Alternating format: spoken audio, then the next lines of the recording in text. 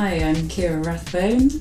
I'm a typewriter artist, originally from Dorset and now I'm living in London. I'm the only person making typewriter art in this fashion. What I consider typewriter art is using the letters, numbers and symbols on a typewriter as marks instead of words. Using these letters I build up gradually to form a portrayal of the subject that I'm typing. The sort of portraits that I type are people from everyday life that caught my eye, but I'm also quite interested in the faces of celebrities.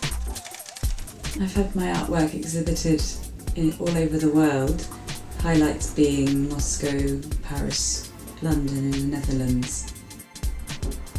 What I really want to do is to travel the world with it,